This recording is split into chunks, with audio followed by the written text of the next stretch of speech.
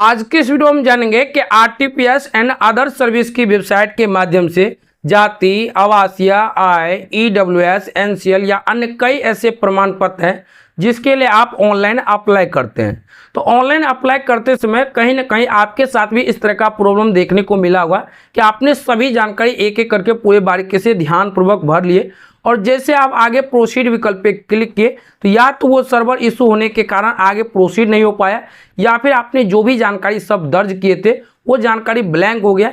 इसके बाद फिर से आपको एक एक करके पूरे बारीकी से भरना होता है।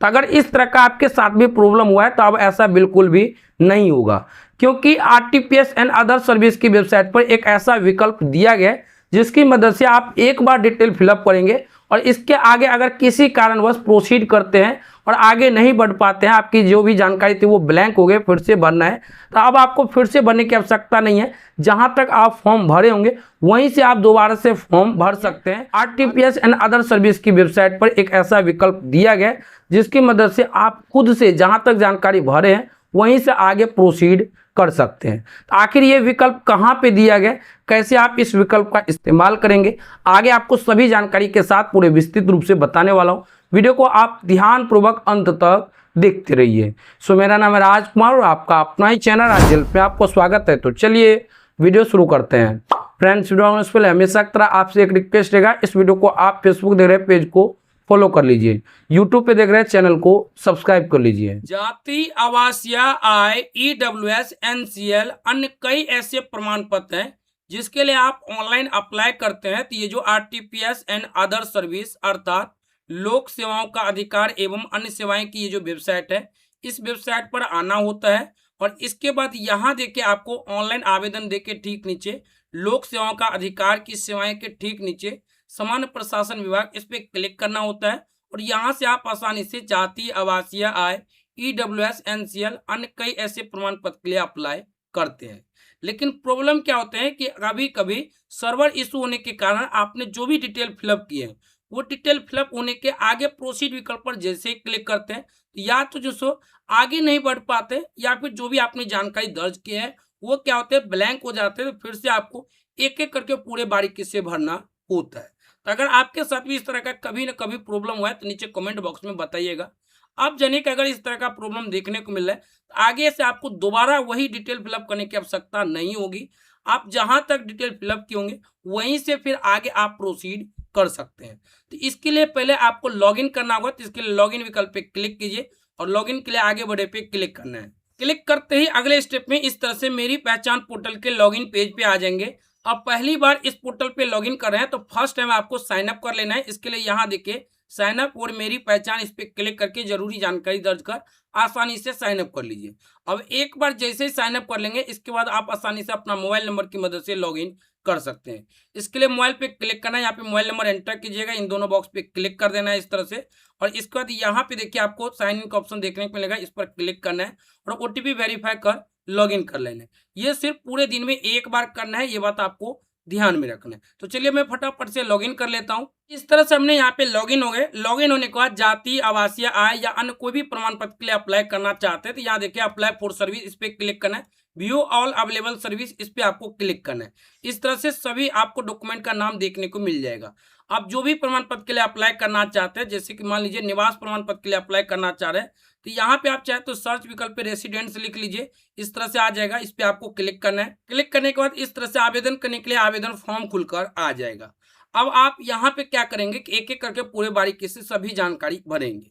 तो देखिए फॉर्म भरने से पहले आप चाहे तो यहाँ पे मोबाइल नंबर पहले वेरीफाई कर लीजिए या फिर बाद में वेरीफाई कीजिए, ये आपके ऊपर है। अगर आप पहले वेरीफाई करेंगे तो आगे आपको वेरीफाई करने की आवश्यकता नहीं होगी और अगर आप अभी वेरीफाई नहीं करेंगे तो आगे आपको वेरीफाई करने की आवश्यकता होगी। तो मान लीजिए कि मैं पहले ही मोबाइल नंबर वेरीफाई कर लेता हूं। तो इस तरह से हमने मोबाइल नंबर एंटर किए, मोबाइल पर ओटीपी आ गया, मैं यहाँ पे ओटीपी एंटर कर लेता हूं। तो इस तरह से हमने यहाँ पे ओटीपी एंटर कर लिए और वैलिडेट पे क्लिक कर दिए। जैसे वैलिडेट पे क्लिक किए तो यहाँ पे देखिए मोबाइल नंबर वेरीफाइड हो गया। अब जो भी जानकारी दर्ज करना चाहते हैं सभी जानकारी यहाँ पे दर्ज कर लीजिए। तो मैं उदाहरण के रूप में जहाँ पे मान लीजिए कि जेंडर सेलेक्ट कर लिए, इसका जैसे एक डेमो के रूप में यहाँ पे नाम लिख लेता हूँ। जैसे कि मान लीजिए मेरा ही नाम है तो मैं इस तरह से यहाँ पे राज लिख लिया और जैसे स्पेस एंटर किए तो इस तरह से देख सकते हैं हिंदी हो गया। तो इसी तरह से मैं क्या करता हूँ यहाँ पे एक एक करके पूरा डिटेल यहाँ पे पहले फिलअप कर लेता हूँ। फिर आगे आपको दिखाऊंगा कि अगर किसी कारणवश आगे आप नहीं बढ़ पाते तो फिर से आप जहाँ तक डिटेल फिलअप किए वहीं से आगे बढ़ सकते हैं। ऐसा नहीं कि इसमें आपको पूरा जानकारी फिर से भरना होगा, ऐसा बिल्कुल भी नहीं है। तो ये फीचर कहाँ दिया गया इसकी भी पूरी जानकारी मिलेंगे। चलिए मैं पहले फटाफट से पूरा डिटेल फिलअप कर लेता हूँ। इस तरह से डेमो के रूप में सभी जानकारी भर लिए हैं। आप जिस नाम से प्रमाण पत्र बनाना चाहते हो वो आपको ओरिजिनल डिटेल फिलअप कर लेना है। इसको नीचे की तरफ आएंगे तो यहाँ पे देखिए हमने मोबाइल नंबर पहले ही वेरीफाइड कर लिए हैं। तो आप अपने अनुसार या तो पहले वेरीफाइड कर लीजिएगा या फिर आपको बाद में करना है, जो कि मैं आपको पूरे विस्तार से बताने वाला हूँ।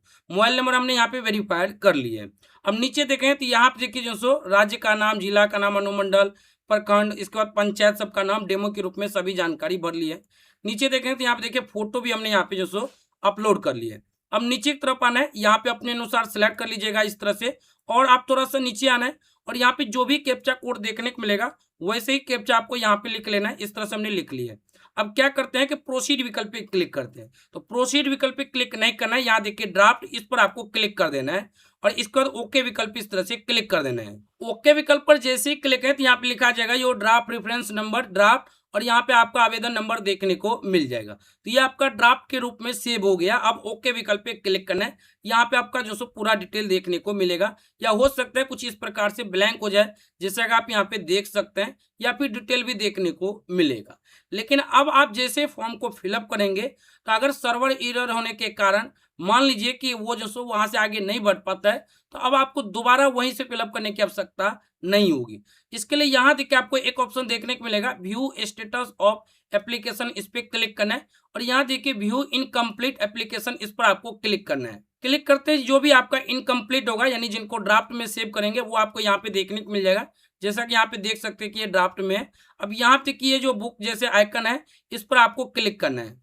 क्लिक करते ही इस तरह से आपका जो भी आपने डिटेल फिलअप किए होंगे सभी जानकारी आपको देखने को मिलेगा। इसमें कोई भी जानकारी भरने की आवश्यकता नहीं है। अब जैसे कि हमने पहले आपको बताया, चाहे मोबाइल नंबर आप पहले वेरीफाई कर लीजिए, पहले वेरीफाई कर लेंगे तो यहाँ पे दोबारा से आपको मोबाइल नंबर वेरीफाई करने की आवश्यकता नहीं होगी। और अगर आप पहले वेरीफाई नहीं करेंगे तो यहाँ पे आपको मोबाइल नंबर एंटर कर ओटीपी वेरीफाई कर लेना है। इसके बाद आपको इस तरह से नीचे की तरफ आना है, कहीं पे कोई भी जानकारी भरने की आवश्यकता नहीं होगी। बस आपको क्या करना है, यहाँ पे जो भी कैप्चा कोड देखने को मिलेगा हूबहू वैसे कैप्चा आपको यहाँ पे इस तरह से एंटर कर लेना है और इसके बाद यहाँ देखिए प्रोसीड विकल्प पे क्लिक करना है। क्लिक करते अगले स्टेप में डॉक्यूमेंट अपलोड पेज पे चले जाएंगे और उसके बाद आप आसानी से डॉक्यूमेंट अपलोड कर सबमिट कर लेंगे। कुछ इस प्रक्रिया को फॉलो कर बहुत ही आसान तरीके से जाति, आवासीय, IEWS, NCL अन्य कई ऐसे प्रमाण पत्र है जिसके लिए आप ऑनलाइन अप्लाई कर सकते हैं। और मैं भी इसी प्रक्रिया को फॉलो करता हूं।